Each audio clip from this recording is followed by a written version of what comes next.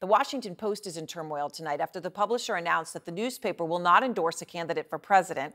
That's the first time they have not done so in 36 years of presidential elections.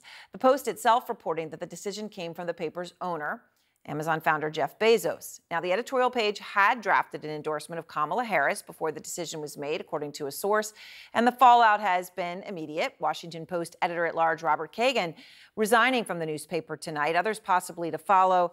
There are people canceling their subscriptions. I've heard, some of them, they're using that as a way to express their feelings. Others are threatening to do so. Just moments ago, 8 Washington Post columnists, including David Ignatius, Ruth Marcus, Eugene Robinson, nationally known names, of course, speaking out and calling the decision, quote, a terrible mistake and a, quote, abandonment of the fundamental editorial convictions of the newspaper that we love.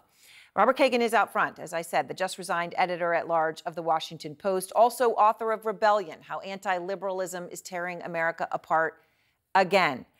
Bob, I have so much to ask you. I know it's emotionally, mentally, in every way, an incredibly difficult day and moment for you. So you made this decision to resign. Tell me how you came to that decision, what got you over the line? Well, it was a pretty easy decision. This is obviously an effort by Jeff Bezos to curry favor with Donald Trump in the anticipation of his possible victory. Trump has threatened to go after Bezos's business. Bezos runs one of the largest companies in America. They have tremendously intricate relations with the federal government. They depend on the federal government. And Trump has made it clear that he will attack media organizations that are critical of him. He's threatened to take away CBS's license. And this is clearly an effort by Bezos to try to get on Trump's good side in advance of his presidency.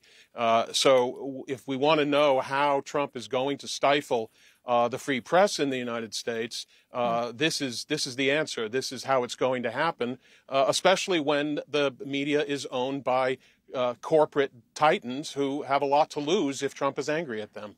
Obviously, the Los Angeles Times going through this as well. But when you say clearly an effort by Bezos to curry favor with Trump or because of his fear of Trump, you just laid out all your reasons there. I'm just wondering, Robert, do you know from meetings you've had, things you've heard today, and your capacity as reporting, do you know any more specifics, or is that just your belief based on things that have been said in the past?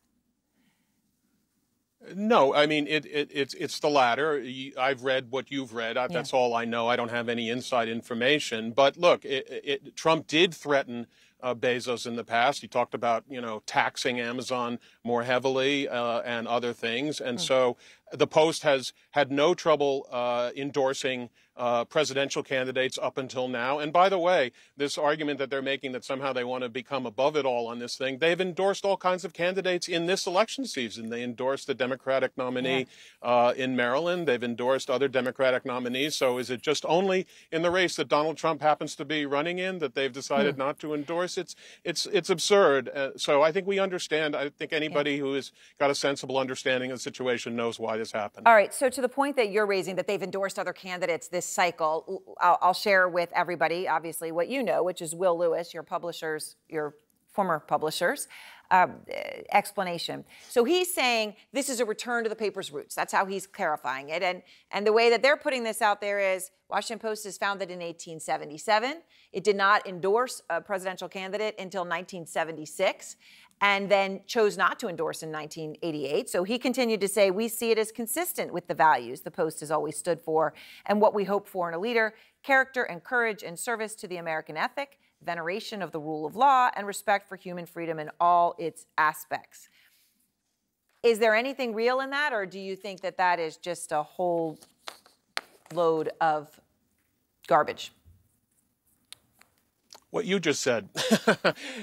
Look, it's absurd. They have to say something. What are they going to say? We are in fact bending the knee to Donald Trump because we're afraid of what he'll do. They're not going to say that. Obviously, they're going to say this. But look, the editorial page, not just the Washington Post as a news organization, but the editorial page has been laying out for almost 8 years arguments as to why Donald Trump is not only the wrong candidate, but an actual threat to American democracy. The editorial page has been doing this. So, for them to decide that this is the election that they're going to sit out when they have made it very clear, the editorial page, that Trump represents a threat to democracy. Yeah. Look, there's no explanation other than the most obvious one. This is a simple question with a simple answer.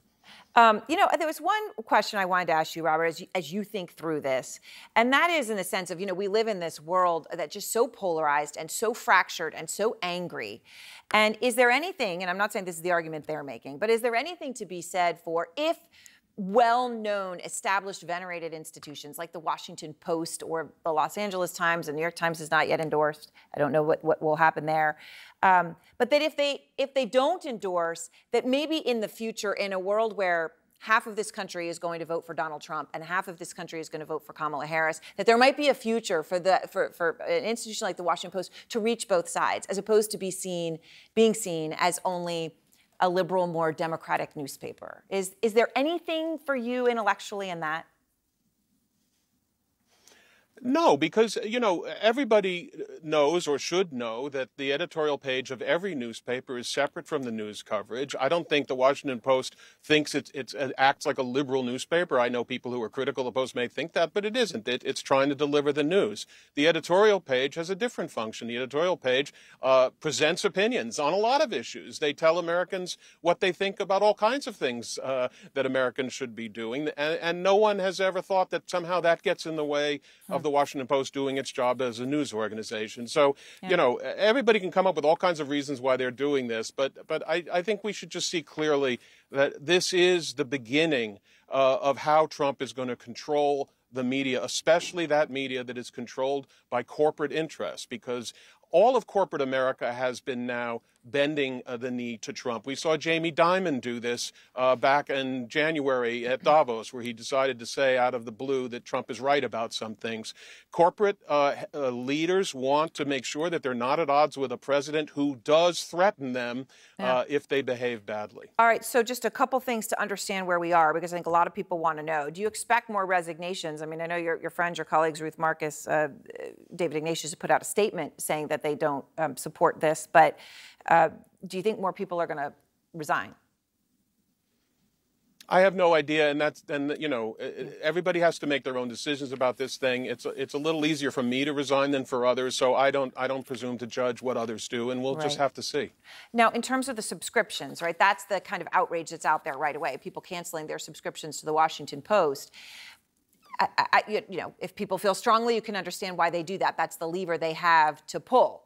But do you think that's the right lever, given what you're saying and how you see this happening? Or do you think people should be actually looking at their Amazon subscriptions, right? I mean, that of course, is the company for Jeff Bezos.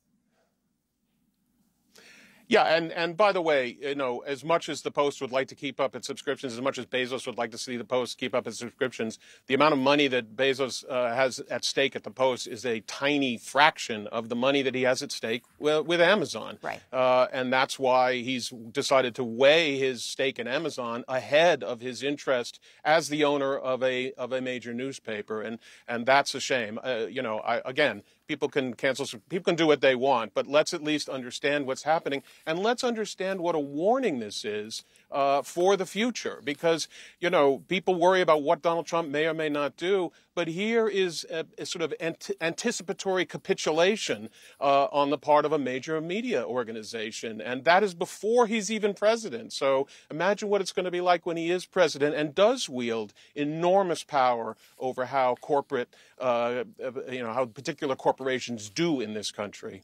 All right, well, Robert, I appreciate your time. I know it's a difficult day for you. You said the decision was not difficult, but nonetheless, I know that the moment is for you incredibly so. So thanks so much.